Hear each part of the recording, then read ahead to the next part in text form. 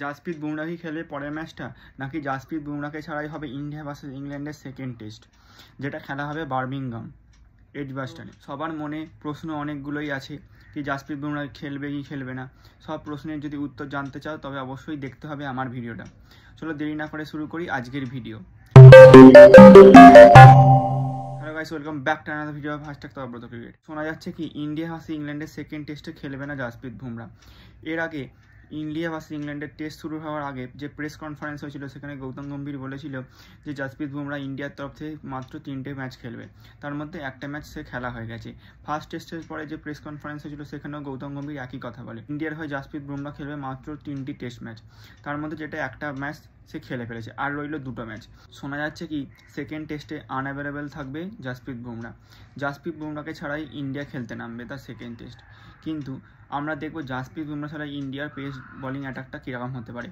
জাসপ্রীত বুমরা ছাড়া ইন্ডিয়ার পেস বোলিংয়ের অপশান হচ্ছে মোহাম্মদ সিরাজ, দ্বিতীয় হচ্ছে আকাশদীপ, 3 নম্বরে আসছে আরশদীপ সিং এবং 4 নম্বরে প্রসিদ্ধ কৃষ্ণা, 5 নম্বরে শার্দুল ঠাকুর। কিন্তু শার্দুল ঠাকুরকে সেই মতোভাবে ব্যবহার করছে না ইন্ডিয়া টিম, সে মাত্র কয়েকটা ওভারই বল করছে। আর রইল মোহাম্মদ সিরাজ সেই রকমভাবে ফর্মে নেই।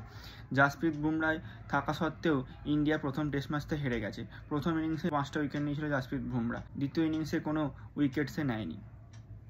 দ্বিতীয় ইনিংসে প্রসিদ্ধ কৃষ্ণা উইকেট নিলেও সে অনেক রান খেয়েছে এবং শার্দুল ঠাকুর উইকেট নিলেও সেরকমভাবে ফার্স্ট ইনিংসে কোনো প্রভাব ফেলতে পারেনি।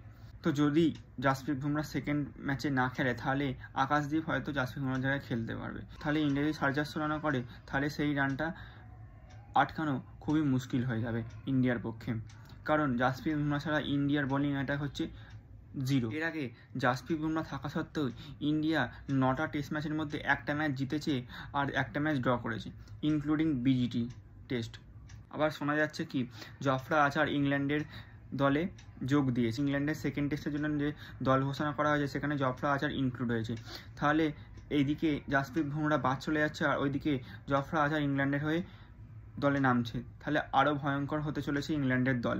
সেখানে ইন্ডিয়া টিম কি করে পারবে ইংল্যান্ডকে আটকাতে। আমার মতে জাসপ্রীত বুমরাকে সেকেন্ড টেস্ট ম্যাচটা খেলতে হবে, তারপরে দেখা যাক কি সেকেন্ড টেস্ট ম্যাচে যদি জেতে তাহলে থার্ড ম্যাচটা নাও খেলতে পারে, কিন্তু সেকেন্ড টেস্ট ম্যাচটা very important for Jasprit Bumrah. তো তোমরা কি বলো বন্ধুরা, জাসপ্রীত বুমরা কি সেকেন্ড ম্যাচে খেলা উচিত, নাকি সেকেন্ড ম্যাচটা রেস্ট দিয়ে তাকে থার্ড ম্যাচে খেলা উচিত? গৌতম গম্ভীর প্রেস কনফারেন্সে বলেছে জাসপ্রীত বুমরা ওয়ার্কলোড কমানোর জন্যই তাকে দ্বিতীয় টেস্টে রেস্ট দেওয়া হবে। জাসপ্রীত বুমরা বিজিটি টেস্টের পর ইনজিওর হয়ে যায়, সেখানে সে 5টা টেস্ট ম্যাচ খেলে, 5টা টেস্ট ম্যাচ খেলার পরই সে ইনজিওর হয়ে যায়, চ্যাম্পিয়ন্স ট্রফি খেলতে পারেনি। ইনজুরির পর জাসপ্রীত বুমরা ডাইরেক্ট আইপিএল খেলে। আইপিএলের পর এটাই হচ্ছে ইন্ডিয়ার প্রথম টেস্ট ম্যাচ, তাই সেখানে যাতে ওয়ার্কলোড বেশি না হয় এবং জাসপ্রীত বুমরা যাতে ইনজিওর না হয়ে যায় সেই জন্যই এই ডিসিশান।